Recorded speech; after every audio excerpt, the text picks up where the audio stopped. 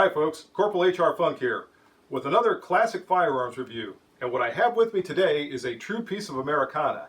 Technically, this firearm is known as the U.S. Carbine Caliber 30 M1, but more commonly it's referred to as either the 30 carbine or the M1 carbine. These handy little firearms were originally conceptualized in the late 1930s, and eventually Winchester led the way in designing what would become the M1 carbine, to include in their design team someone known as Carbine Williams. Interestingly enough, later on he was portrayed by Jimmy Stewart in a movie of the same title. The 30 carbine was originally intended for support troops who were operating behind the lines, like mortar crews and artillery crews, who were not best served by the M1 battle rifle, which I have on the counter here behind me. Those crews carrying heavy pieces of equipment or ammunition for their various mortars and artillery. Really, the M1 rifle for them was somewhat cumbersome, but they still needed something effective to defend themselves from enemy attack. And the only alternatives at that time were the 1911 A1 handgun or the Thompson submachine gun, both of which fired the .45 ACP cartridge. So the carbine was intended to give those troops a more efficient or more effective means to defend themselves from that enemy attack. The 30 carbine uses a cartridge of the same name, the 30 carbine, and that cartridge fires a 110 grain bullet at a velocity just shy of 2,000 feet per second, which ballistically makes it very similar to the .357 Magnum cartridge. Interestingly enough, the one complaint about the 30 carbine that came back from troops in the field was that it was not as effective as they would like it to have been, which I find strange considering that, once again, this is basically equivalent to firing a .357 Magnum cartridge from a carbine with the same barrel length. And I think part of the reason for those complaints had to do with the rifle that this carbine was competing against, which is on the counter behind me, and that is the M1 battle rifle. The M1 battle rifle, firing the full power 30-06 cartridge, was much more powerful than the 30 carbine.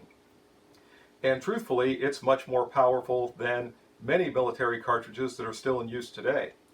So by comparison, if your standard of comparison, I should say, is the M1 with the 30-06, then the 30 carbine might seem somewhat ineffective. But truth be told, within its effective range, which was intended to be out to 300 yards, but I would really consider this a 100-yard, maybe out to 200-yard maximum effective range, and the closer you get, the better. And within those range limitations, the 30 carbine was in fact very effective. This particular 30 carbine was manufactured by National Postal Meter, and we're going to take a close-up look at this specimen. Then we're going to head out to the range and do some shooting with it and see how it performs. Now, one thing some of you will probably notice who are very familiar with the 30 carbine as we're doing the close-up look is that this one has been restocked. This is a new stock on this particular specimen. Even so, it almost looks brand new even when I look at the metal. So this is a very, very nice example of the 30 carbine we're going to be taking a look at, and I hope it shoots as well as it looks. As originally designed, the 30 carbine was a gas-operated, air-cooled, magazine-fed shoulder weapon capable of semi-automatic fire. It did feed from a 15-round box magazine. Now later on, higher capacity magazines were developed, and this is the 30 caliber cartridge that it fired, which, as I said, has the same name. This cartridge is known as the 30 carbine cartridge. This 30 carbine features an aperture-style rear sight that's adjustable for both elevation and windage, and a post-style front sight with the protective wings, each of which has a hole to allow light to make it to the sight. The 30 carbine uses an 18-inch barrel that you can see here. The action of the 30 carbine in appearance and function is very similar to the M1 battle rifle, which must have been convenient for troops that were making the transition to this particular firearm, because everything would have functioned very similar to what they were used to. Now, one difference with the 30 carbine as compared to the M1 battle rifle is that it does not lock open after the last shot. Also, it does not use the clips that the M1 rifle does. Instead, it uses the magazine that I showed you a few minutes ago. In terms of controls, the .30 carbine is very basic. It uses a single stage trigger, a lever style rotating safety, and a plunger style magazine release. In terms of weight, our .30 carbine is coming in right at 5.5 pounds, which makes it lightweight and fast handling, along with being very compact. And we can condense all that and just say these little carbines were very handy. So there you have it, folks. That's going to do it for the up-close look at the .30 carbine. Now let's head out to the range and see how it shoots. And I've made it out to the range with the .30 carbine to do some shooting and see how it's going to perform. Now while I'm here, I'm not going to do anything really formal in the way of shooting. I'm basically going to start out close to the target and do some close range drills and then work my way farther and farther away and take some longer range shots. I'll probably go back to at least 50 yards, maybe 75 and even 100 yards just to give this little carbine a good ringing out and see how it's going to perform. So here we go. Okay folks, what do you say we kick things off with a simple failure drill from 15 feet, 2 shots to the body and 1 shot to the head in rapid succession.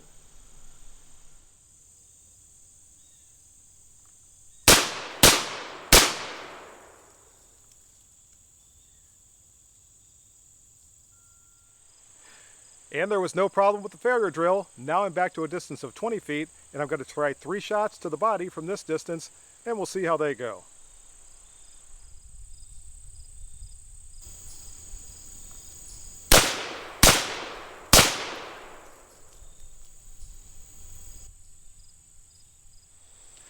And I'm now back to a distance of 15 yards from the target. Let's take a few shots from here and see how they go.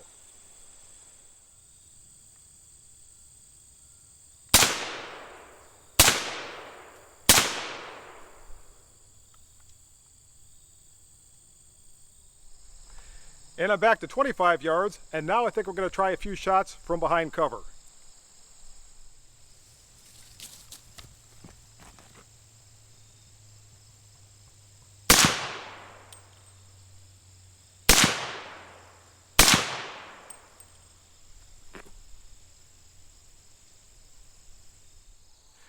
And how about 35 yards behind standing cover?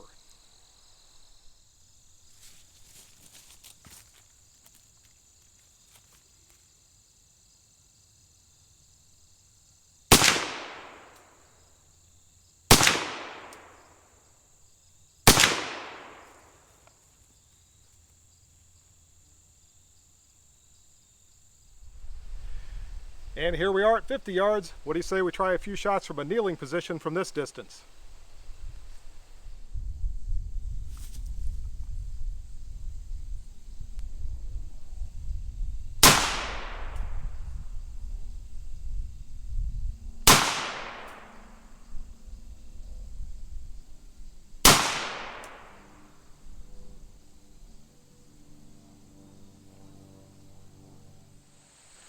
From 75 yards, I think it's time to grab a piece of Mother Earth and shoot from a prone position.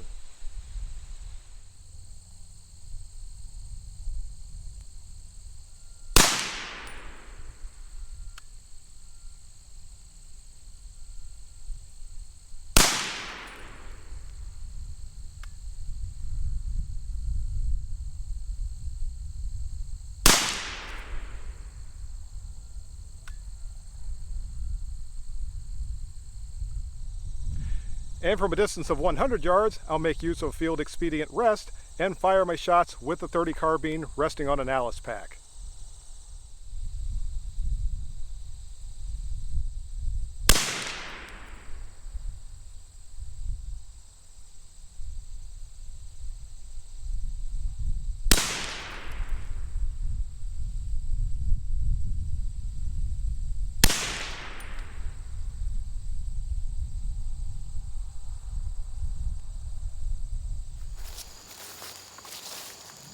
And there you have it, folks. Firing at distances from 5 yards all the way back to 100 yards from all different kinds of positions without so much as even a sight correction on the carbine itself. and I think all of those shots that were fired would have been effective shots, particularly considering this .30 carbine cartridge ballistically is roughly equivalent to the .357 Magnum, and a .357 Magnum or a .30 carbine striking anywhere in the anatomy where you see these shot holes would have been effective. Well, it was bound to happen sooner or later. I've got a couple of water bottle combatants trying to rappel their way into my area. I'm going to use the .30 carbine and see if I can prove to them that that was a bad idea.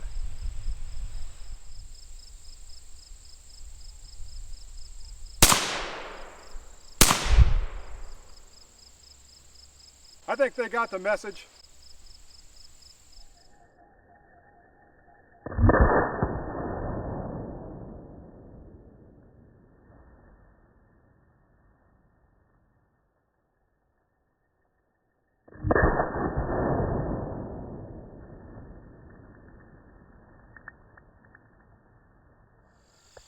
Moment of truth, folks. Is the .30 carbine a 20-foot tack driver? I've got 3 rounds loaded into the carbine. I've got a tack and a target, so let's find out.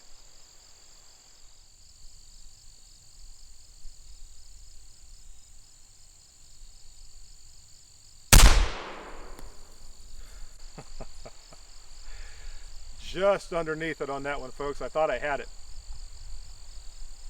But I got 2 shots left.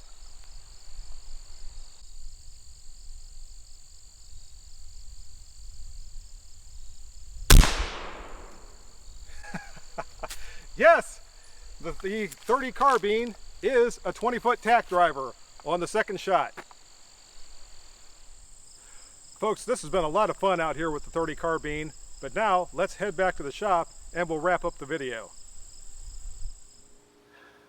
I hope you enjoyed that trip to the range, and that's pretty much going to wrap things up for this classic firearms review of the U.S. Carbine Caliber 30 M1, aka the .30 carbine. Hope you enjoyed the video. If you have any questions or comments, as always, make sure you forward those to me. Remember, if you order anything from Optics Planet, be sure to use my discount code, which is... And if you use that discount code, it's good for 5% off anything you purchase from Optics Planet. See you next time, folks. And until then, good shooting. Bye-bye.